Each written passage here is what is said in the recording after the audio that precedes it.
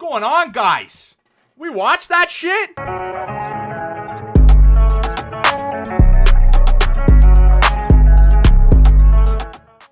Holy moly, guys. I try to tell you. I watched this dude live at UFC 231 in Toronto. Thiago Santos with the hammer on his chest. And this dude comes out there and he just KOs. One punch knockout of Jan Blachowicz. Not one punch. Obviously, it went 2 rounds. But in that 3rd round, you get Jan coming in. And just the way that Thiago Santos throws those bombs with his hands. He puts his entire body weight into it. I'm literally live sitting here. I can make a reaction for you guys. And literally put this damn video out. I can put this video out by 6 o'clock today. Tell me how you think of these Saturdays. But man, I try to tell you about these guys. I was on the edge of my seat that entire time. If you didn't like the 1st round, if you didn't like the 2nd round, the only reason you wouldn't like it is because they weren't throwing strikes. The reason you don't throw strikes is exactly the reason Jan got KO'd. He overextended in a matchup where you cannot overextend your punches. I saw Santos do it a couple times, but Jan did not capitalize. And then the first time Jan throws an overhooking right hand, he catches the right hook, or was it, he caught a hook and went straight to bed. Oh my goodness, Santos has that power. And I try to tell you guys, man, when it comes to Thiago Santos, at the beginning of last year, at the beginning of 2018, he finished Anthony Smith with a kick to the body in the 2nd round. And Anthony Smith is fighting Jon Jones for the goddamn title. And what has Anthony Smith done? He's beat Rashad Evans, Shogun Rua. This guy might get the next title shot. It is very, very likely that we will see Thiago Santos in the next time in the octagon. The next time Thiago Santos steps into an octagon, it may very likely be a title shot against the winner of Jon Jones, Anthony Smith. And I'm going to tell you this right now. You put a guy like that in there with either of those guys, there's a danger Santos sleeps him. Anthony Smith more confident than Jon Jones. Jon Jones has showed that he can deal with tricky problems. He can deal with that one-punch power. You got to show a little more than swinging, arching blows. But if Anthony Smith pulls off the upset, it's going to be Thiago Santos, Anthony Smith, and I'm taking Thiago Santos. We could see Thiago Santos as the UFC light heavyweight champion in this year.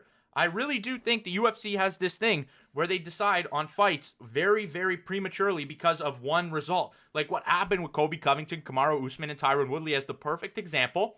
Kamaru Usman goes out there and blows out RDA pretty much exactly how Colby Covington blew him out. Because of the recency thing, though, Dana White has a real big recency bias. And because of that finish that Kamaru put on RDA, more recent than the Colby Covington finish, Kamaru is now getting the title shot. It's staying active in the UFC. And when it comes to a guy that stays active, how can you not argue Thiago Santos next up there next to Cowboy, up there next to Israel Adesanya? This guy's name's got to be up there, and you got to think Dana White loves it. And even the post-fight call-out, I'm doing this immediately after watching it. I just watched this entire thing on TV. Even after the post-fight call-out, this guy did it perfectly. Thanked Brazil, called out the people, dedicated the win to the people that are struggling in Brazil with the accidents that are going on there. And then he says, I'm going to Las Vegas. I'll keep my pen and paper out. And then whoever wins, Anthony Smith, I'll beat him again. Jon Jones, I'll beat him too. Great way to finish a fight. Walk out of the octagon. You, sir, have solidified yourself as the next goddamn contender because you look at that top 5 at light heavyweight. Who do you have? You have Alexander Gustafsson, who obviously is not going to fight Jon Jones for a 3rd time. You have Anthony Smith, who's going to get the title shot. Who else do you have up there? Jan, who is now who's unconscious on the mat. Who's next in that division? Who can stand in that division? Light heavyweight. It's a thin division. It's a thin division where you could see a guy like Anthony Smith just waltz his way into a title shot with 2 wins over 2 legends. I know. I'm not going to disrespect Anthony Smith. I know this guy has some great, he's a great MMA fighter. But is he really that dude? Is he really that dude to get that fight against Jon Jones? This isn't even the fucking rankings. Where are the rankings? Fighters. Rankings. Holy moly. Okay, we found it. At light heavyweight, what do you have? Alexander Gustafsson, not going to get the shot. Anthony Smith is getting the shot. Jan Blachowicz, not getting the shot now that he just got KO'd by Thiago Santos. Volkan Ozdemir is not getting the shot. He lost to Anthony Smith. Then you have Corey Anderson. I know, a lot of people might say Thiago Santos, he needs one more fight. But if Anthony Smith is stepping in line to fight Jon Jones, I think that with this win over a number 4 ranked contender, I think that steps Jan perfectly into the title picture. Not Jan. This perfectly puts Thiago Santos into the title picture, whereas Corey Anderson will probably be matched up against Alexander Gustafsson. And obviously, it's tough for Gustafsson, but he's going to have to sit out and wait for Jon Jones to lose that title. And who knows if Jon Jones will ever lose that light heavyweight title. So I'm just here to tell you guys that be ready by the end of the year, since Jon Jones wants a more regular schedule. Be ready by the end of the year to see a Thiago Santos, Jon Jones, because I'm taking Jon Jones in that Anthony Smith fight. No disrespect to Anthony Smith. I just think Jon Jones is one of the greatest to ever do it. One of the, by far, pound for pound best. I think Jon Jones takes it, and then I'm going to think Thiago Santos is going to try and put in that fight. And obviously, Jon Jones probably has the edge in almost every category, in my opinion. I do agree with you there. But when it comes to that thing that could finish Jon Jones, I think it's that power that Thiago Santos possesses in those hands. So be ready. Be ready to be surprised. Even with the Anthony Smith fight, I'm excited for that one. Anthony Smith has a real shot at landing something. Other than that, on this fight night card, we had so much to talk about. John Villante catches a body shot. What a crazy fight that one was.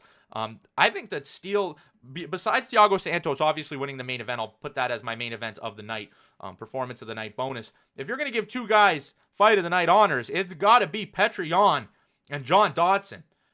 Number 9 and number 14, that's going to put Petra right up in there in the top 10. And you have matchups like John Lineker, Cody Garbrandt, who has big hands. You have Rafael Assunção, Dominic Cruz if he's going to come back, Aljamain Sterling. There's so many guys for this dude to fight. I think if I'm gonna put my prediction on somebody, I think it's probably gonna be John Lineker, who's gonna get the next shot at Petr Yan. But I see Petr Yan making an impact in that bantamweight division. I really do wish that Petr Yan was a flyweight, because if Petr Yan was a flyweight, if he could find a way to cut down to that flyweight mark, I think he gets the next shot against Henry Cejudo. I think he gets one fight to make sure the weight's on point. Let Cejudo fight Dillashaw, because they're probably gonna run that back. But then you got to give Petr Yan. You got to give Petr Yan a shot, because this guy is working his way up the rankings. He just beat John Dodson, who was inside the top 10. So we can most certainly see Petr Yan make his way inside the top 10. And then we're going to get to see some amazing matchups from that kid. Great fighter, new to the scene. I remember watching him. He just fought recently where he defeated someone really, really recently, and now he just put a top 10 contender on that list. I'm super excited to see where this guy goes.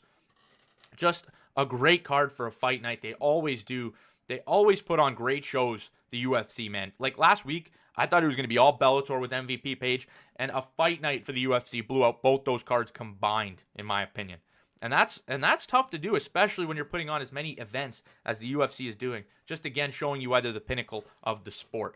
Now, one more thing I want to address in this video, it's getting to 8 minutes, we're getting a little long, is how did you guys like the Saturday afternoon type of card? I kind of enjoy earlier cards. I had to work today, so I really only got back for the co-main event, the main event. I watched some of the earlier stuff during my day, but still, what do you guys think about Saturday early in the afternoon? I thought it was pretty interesting. It was a fun time to have a card like that.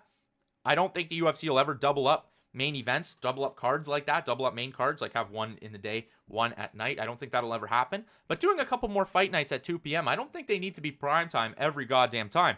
So I'm excited for more of the cards that they're going to do in the middle of the day. Thank you guys so much for watching. If you clicked on this video and you're new to the channel and you love MMA, hit that subscribe button. Get down in the comment section below and let me know what your thoughts were about the UFC Prague. A great card, a great show from the UFC, a great showing from Thiago Santos, a great showing from Petr Yan. Just a bunch of stuff to talk about and a bunch of stuff that's going to be in the news going forward. I'm going to do another video today or tomorrow, one of the two, and we're going to talk about all the news that came out today regarding Max Holloway, Dustin Poirier, the Tony Ferguson, and that UFC 236 card in April. But other than that, that's going to wrap up this video. Thank you guys so much for watching. If you're watching in the day, have a great day. If you're watching at night, have a great night. Peace out, fight fans.